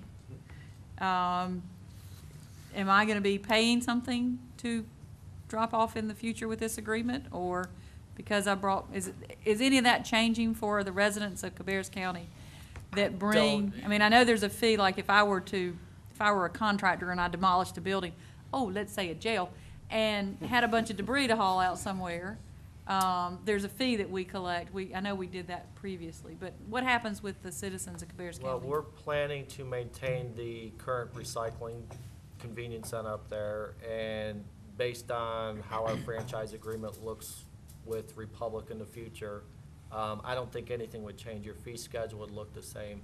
Now, your C&D fees, that would be dependent on these guys going forward, but I don't anticipate that our fee schedule for that type of waste would change. So the citizens' cost to take their leaves out there is not going to change? We don't anticipate that right now. We did discuss, didn't we, on the C&D tonnage that was generated by the county, such as if we demolished a building, that you guys would accept that, right, at no fee? That is correct. That's correct. Before this board moves forward, I think there's a situation that everyone should be aware of. Currently, the C&D landfill that's located out on Highway 49, that's currently in the Harrisburg jurisdiction. On the back side of that landfill, right across the road, is unincorporated area of Cabarrus County. Those citizens are citizens of Cabarrus County. The landfill's in the Harrisburg municipality. I was contacted by a group of concerned citizens that lived in that area that was concerned about the C&D landfill not being in compliance with the regulations and the rules. So with discussions with the town of Harrisburg and the C&D landfill and months of work, it was a struggle to get them somewhat compliant. C&D landfill, as Mr. Gilkerson said, first located and started construction there in 99-2000. Whenever they first came in, there was not a buffer or berm put on the back side of the property. Therefore, those citizens across the street were exposed to the landfill. You know, could see right into the landfill, see everything, the operations, everything going on. Approximately 2 years ago, the C&D landfill had to apply for an expansion permit through the town of Harrisburg. At that time, the citizens that were affected there approached C&D landfill at the town of Harrisburg meeting, the permit process. Mr. Griffin's brother company, assured those citizens that there would be a buffer, a berm built, so they would not be affected by landfill. However, that did not happen, and it didn't happen for the 2 years. So there was for 10 years, they weren't compliant with the regulations and rules set forth by the town of Harrisburg. I think I would caution this board to partner with a company that has not followed the rules and regulations for the past 10 years. I have updated our county manager regarding this over the past few months, and I would certainly question why this proposal would be passed through his desk and brought to us, full well knowing that this company had not complied with the rules and regulations set forth by the town of Harrisburg. I think that's something that, you know, should have stopped there. I think I would caution this board to partner with this company, knowing, you know, how it's been, and this is a situation 10 years from now where we'll look back and say, well, we should have known. And there's just no way I can support this. Can I reply? What I was going to ask you, what did Harrisburg write y'all a letter and say y'all aren't in I compliance? I worked with the town of Harrisburg at this time. I contacted the No, town. I'm saying your statement was they have not been in compliance for 10 years. And I'm just trying to Correct. figure out did Harrisburg contact y'all to say you're not doing what Per you're my- supposed to do? Per my request. Okay. For years, they were not in compliance. The citizens tried to Well- work with town of Harrisburg, seeing that those citizens were not voting citizens of the town of Harrisburg. It was the town administration that I dealt with, and they were very slow in the process and very slow in working with getting this company compliant, which still I would argue is not compliant. Well, let me ask you this, was this a safety issue in regards to the landfill? This And- is very much a safety issue because it's Well, exposing. Commissioner Meismer, I'm it's- asking Mr. Gilkerson what he's saying. Certainly. Can you please tell me, is this a safety issue that we're talking about or that Mr. Commissioner Meismer is raising? No, sir. And if I may, I'd like to back up just in the history of all of this.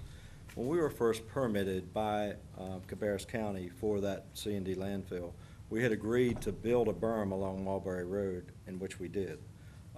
We went back to Harrisburg after we were annexed and asked for basically a special use permit to include a couple of different things. One was moving the yard debris reprocessing center up near Mulberry Road. The other was to advance the C&D landfill portion on contiguous acreage, which was formerly known as the Benny McLaughlin tract. And we did that 3-4 years ago. But the condition for the berm to be extended further down Mulberry and to basically just break a visual from about 3 houses that are across Mulberry Road were, that berm was supposed to be built as a special use condition of that permit upon receipt of our Highway 49 expansion permit, which we've yet to receive. Mr. Meismer brought up some concerns to the town, and he had a private meeting with one of our owners, Mr. Larry Griffin, on site, and he wanted the berm built now, so we told Harrisburg and Well, zoning that when we you say would. he, we're talking about several he's. We're talking about I'm sorry. Commissioner Meismer he, we're talking about Mr. Griffin he. Mr. Griffin, our owner. Okay. Had told Mr. Meismer that he'd just go ahead and build it now. We did extend the berm, we planted the berm, and we brought Mr. Josh Watkins, the zoning director, out. He looked at the berm, we're in compliance. And I urge all of y'all to talk to the town manager at Harrisburg and also Josh Watkins to check our compliance record, because it's unblemished. Okay. Now, in regards to the safety issue, there was no safety concerns about it. We're talking about a berm. We're talking about a berm and a visual break between 3 houses on Mulberry Road and our yard debris reprocessing center, basically. Yes, sir. Okay. Commissioner Burge, I believe you had some questions. Well, if it was all this dangerous and safety issue, why did Harrisburg not enforce their rules to start with? It's That's what- Harrisburg's. And it's not, I mean, the company, sounded to me like they'd done everything they're supposed to do. That's the question I asked all along from the town of Harrisburg, and per our initial meetings, there was discussion that the landfill was not in compliance with the regulations. That was told to me, per that meeting, that they were not, up to regulation. So I don't know where your information comes from, but that is what I was told. And I would argue that it is a safety issue if the rules and regulations are not being followed and the residents on the other side of the street are exposed to this landfill. That is a hazard, and that is a safety issue. If this goes through and this company will operate this portion, your statement about liability, Cabarrus County may very well be liable one day if this company is not going to follow regulations. I would like, can I respond to a couple things? I don't want to get into, a match about compliance and non-compliance. This is not a North Carolina Department of Environment and Natural Resources issue. That's what I was trying to get at. Yeah. It has nothing to do with our landfill permit bus per se. The few houses that are across Mulberry Road are in an upgrading direction. There's no fear of methane, groundwater contamination issues, anything like that. We had agreed early on to Cabarrus County Council to build the berm because we were along Mulberry Road. Now, the actual landfill itself, which is the construction and demolition landfilling, is probably 600-700 feet from any of those existing homes. The only area behind the berm that's currently being used is basically that area that's being used as a yard debris center that services Harrisburg. So, again, no compliance issues. I urge all of you all to review any file, both with Harrisburg and with NC Diener. We've had an unblemished record out there for over 10 years. I have one question for Mr. Cook. In one of your capacities, you're the attorney for the town of Harrisburg. That's correct. Do you know of any compliance issues that they are out of compliance or not in compliance with Harrisburg? I've not been contacted about any. I'm unaware of any issues with. And if there was an issue that's a non-compliance, you would have been contacted to either write a letter or file a lawsuit? Ordinarily, yes. Okay. Ordinarily, yes. This That's true. apparently was not followed up on. Okay. Well, I would move that we table this until there's, further discussions regarding this. Also, I would wonder why there's no other company, that would be somewhat interested in this. We're going with one company. I think there could be an array of companies out there that would be interested in the same proposal. okay. Commissioner Poole. Well, my question was, if we don't do this, if we do not enter into an agreement, then the way that I read this is that it will cost the county in our budget that we're getting ready to talk about $1,856,491. That is correct. And we also have a time issue right now because a couple things, we're running out of airspace rapidly at our current cell, and our existing permit is coming up for renewal, so we do have to make a decision fairly quick on this. Did you, in the process of looking at this and the options available to the county, did you contact this firm, or did you contact any other firms, or kind of how did they, I can because they're address in the that one. county? I was contacted by this firm, and obviously I had experience with them before because they went through the county zoning process and the first time around. Knowing the situation that the county was in, I asked Kevin and the folks he works with to work with Ron and pursue this and see if there was any possibility of saving money, because there is a looming significant amount of money that's going to have to be done if whether we close or whether we keep it open. So what has transpired, I see as a very good opportunity, a good partnership for the county for a number of reasons. One, not obviously because we're going to save considerable amount of money, but two, because we will be able to do things out there, including the composting, that we would not otherwise be able to do.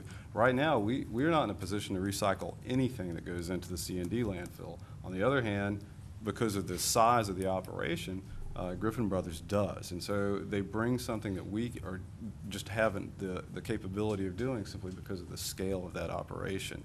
Now, as far as whether there's zoning compliance or not, as late as last week, Susie Morris, our planning manager, contacted the town of Harrisburg, talked to their planning director, and it's in compliance. The specific question was asked, that's what they were told. So the organization that's responsible for determining whether they're in compliance says they're in compliance. That's what I'm going on. My experience with Mr. Gilkerson has been good, but it's never going to be as good, or it only is as good as the contract that you have. And that's where Mr. Cook comes in, and assistance if we need it.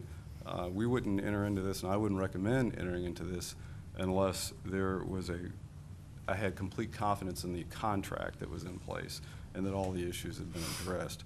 So, I wouldn't suggest this if we hadn't considered it. Obviously, nothing would happen now other than an MOU. This is an opportunity for due diligence from both parties. And that's what would happen. And that's what I wanted to ask. At this point in time, what we're looking at is you're asking for the Board of Commissioners to give staff direction to enter into formal discussions to see if this is a partnership that could be entered into. But that would come back to us. Correct. It will come back to you. Decision. Obviously, the company wants to have some assurance that we're serious about this before it spends $50,000 or more on some engineering reports. I would agree with that. And I think it's only fair to do that. So, I mean, it is a private company. And while I think its intentions are good, and certainly there'll be considerable benefit to the citizens of the county, I wouldn't expect them to consider this a complete charity. I mean, I think that I don't see that we have 1.8 million in this coming budget process that we need to spend in this regards. So I would think that we at least need to have the discussions and decide from both sides if it is something that is agreeable. I think that's my understanding is what we're talking about now, is to put it on the agenda for us to give you the authority to at least have those official discussions and have our attorney involved. That's correct. So I would say that we should go forward. Okay. This, in regards to the compliance, the trees that were built, that were planted on top of the berm that was built, they're dead. So it can't be in compliance. The trees are dead. They're brown. I don't know if anyone's actually taken a look at it, but you know, that's exactly, I'm telling you, the situation. If this board goes forward with a contract with this company, we're gonna put the citizens of Cabarrus County in danger by them not complying with the regulations. It's a disservice to the citizens of Cabarrus County. I would like to see other options to this. What regulation are they not in compliance with, other than the berm? Yeah, What regulation? 10 years of not being in regulation. And if that's What- one whoa, I regulation. asked, what was the regulation that they're not in compliance the- with, other than the berm? The berm, that's it. That's it. That we know of. If you're gonna break one regulation that's apparent, I'm sure there's gonna be more, which could end up costing the county more money. Well, that's like saying if you don't have 100 on your restaurant rating, then you're breaking the law somewhere, so we're just not catching you. No, Well- but in my restaurant, I have to follow rules and regulations. If not, I'm shut down. Okay. And But- unfortunately, went on for 10 years. Okay. You're talking about trees, all been dead now. I don't think the company probably had anything to do with them trees dying. They planted them there that were already They planted them basically dead? dead. Yes. I can't believe a company. Mr. go out there Gilkerson, and why take a would bunch you of plant dead and set 'em trees? out. Well, we have a landscaping area on the lower portion that we grow a lot of trees and crepe myrtles and things, and we basically pick those up and plant them, much like we did the other trees that were planted, which are cedar along Mulberry Road that have lived fine. Anybody that's replanted cedars, I mean, they go through this brown, dingy-looking dead spell, and 90% of the time they come back, which we expect them to, and if they're not, we've already talked to Harrisburg. If they don't come back, we're going to replant. So, and again, I guess the disturbing thing, because I'm very defensive about, just our landfill operations, and we've been in the landfill business since the early 90s. And there's not a more compliant company with respect to NC Diener, county government, special use permits. There's not a more compliant company in the state of North Carolina in the landfill business. And I urge you to find any NC Diener violation that we have at any of our facilities. I urge you to do that. That's not what I was arguing. Well, and for point of clarification, Commissioner Meisner made a motion to table this for further discussion. I have not Until we heard. can have other options. Or as have well. other options Hear as well. other options to Okay. this. I have not heard a second to that motion. Is there a second to that motion to table? Not hearing any, that motion dies. Is there a motion to place this under new business to move forward with a memorandum of understanding with a potential of a contract that would come back before the county or this board at a later date? So moved. We have a motion. Do we have a second? Second, also would like to see if there's, get a formal report back of what, if any violations have occurred. Okay. We have a motion. We have a second to place this under new business. Don't this just mean we're gonna consider Yes, sir. a Yes, sir. contract? That's all it means. Well, no, it's no contract. I mean, It's- go into a contract with it. Yes, sir. What happens is if this passes on May the 16th, then it would be a due diligence period both on the county's part as well as their part so there's no contract. It's just a memorandum of understanding that we move forward with due diligence on both sides. We have a motion and we have a second to place this under new business. All in favor say aye. Aye. All opposed? Aye. Motion carries Just a 4-1. clarification, I think Commissioner Caruth, what you're asking for would come out in the due diligence process. Yeah, I'm sure it will. So, I mean, In the make sure it's in meantime, we there, will yeah. ask the town of Harrisburg for a just written letter describing whether or not it's in compliance. The town administrator and their planning director was sitting right behind you. They had to leave, but that was the reason they were here, or to speak to that compliance. But To speak that they're out of compliance or no, to that speak? they were in compliance. That's what I Okay. had talked with Michelle Reeve-Smith last week, but Well, we can I just get think an getting it in updated. writing would be the best way. That way everybody's covered. Thank you. And I also think it's important, if you haven't had any problems with Diener, let's get something from Diener, if that's possible. Be more than happy to. Thank you, sir. Thank you. Next matter we have is G7, is Transportation Section 5316 Job Access and Reverse Commute Program Grant, JARC/Links. That's on page 55. Good afternoon, Commissioners. We appreciate this time coming before you. Last year, we went through the process, held public hearings, did our due diligence to request a new job access reverse commute. We already had one in place, and we wanted to extend it to continue that service in.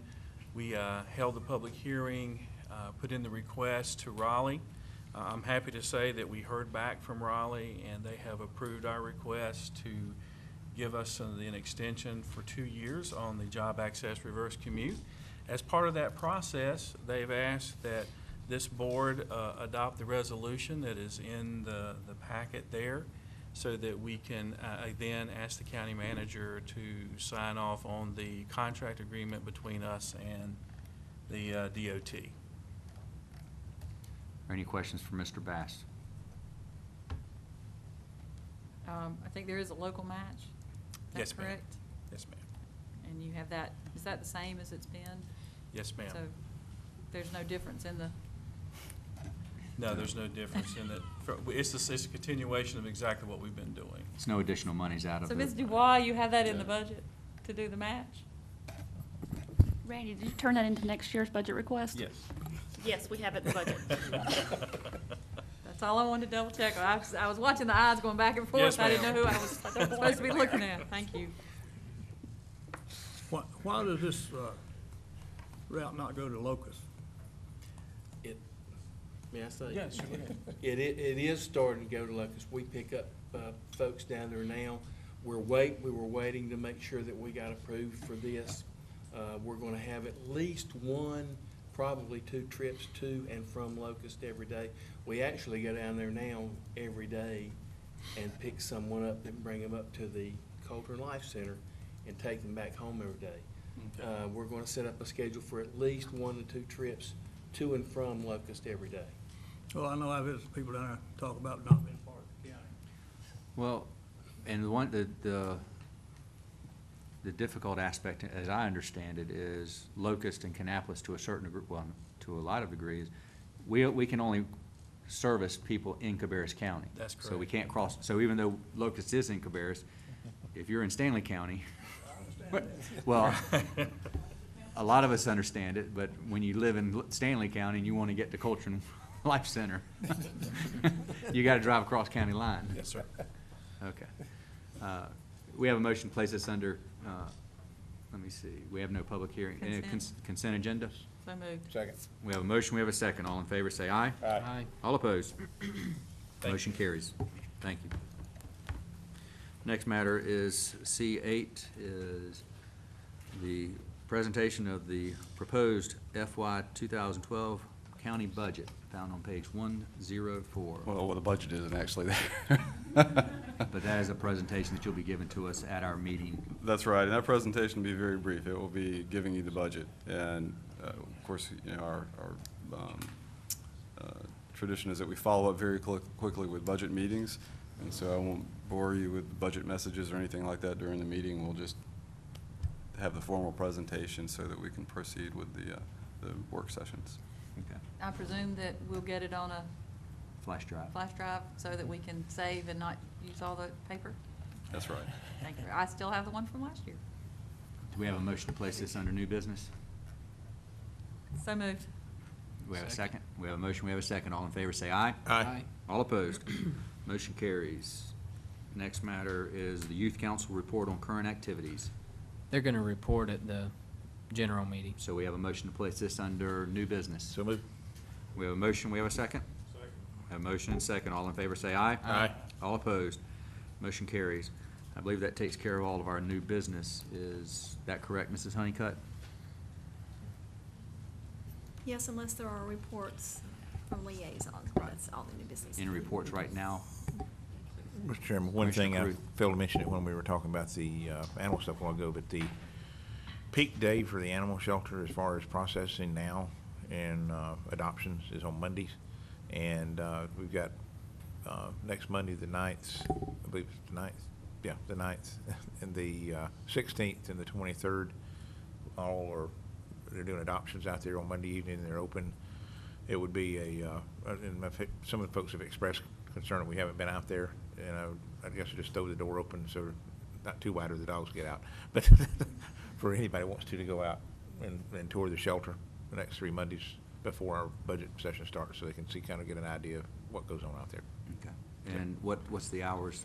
I believe they start, around 4 in the afternoon. Okay. So. Okay. Anything else?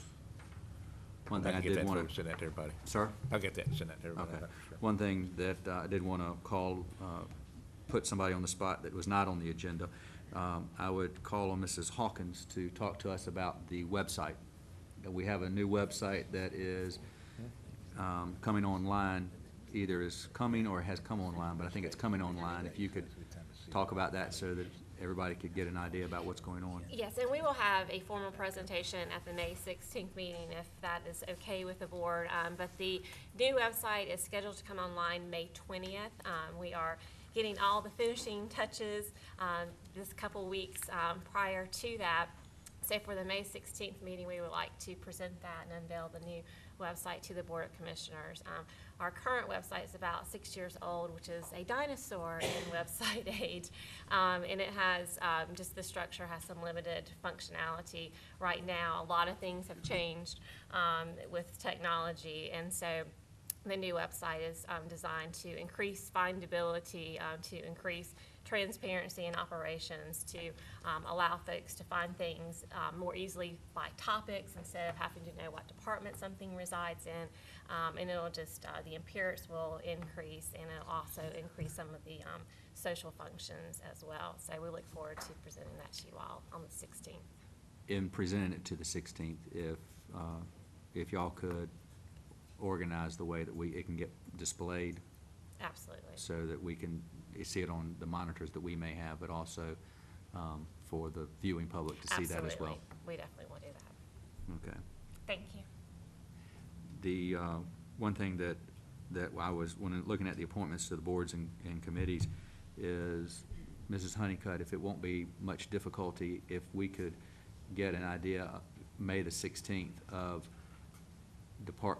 committees that are going to be needing appointments by as of June the 30th.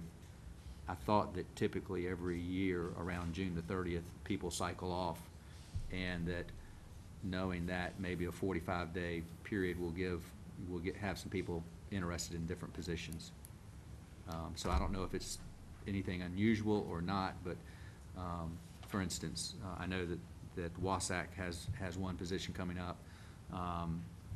Some of the bigger committees that we have, if we can get that announced on May the 16th, I think that would be good for the general public, because there may be some people out there that are interested that normally would not know that it's coming up. There's a page in your agenda packet that identifies all the boards and committees that we are accepting applications for, and we do work several months in advance to try to solicit applications for the boards and committees. If you give me a second, I'll find the page. Okay. Well, that's important, because I know that there are some that's coming up. Usually around June the 30th is when people rotate off. And Page 162. right, that's the request. Mm-hmm. Okay.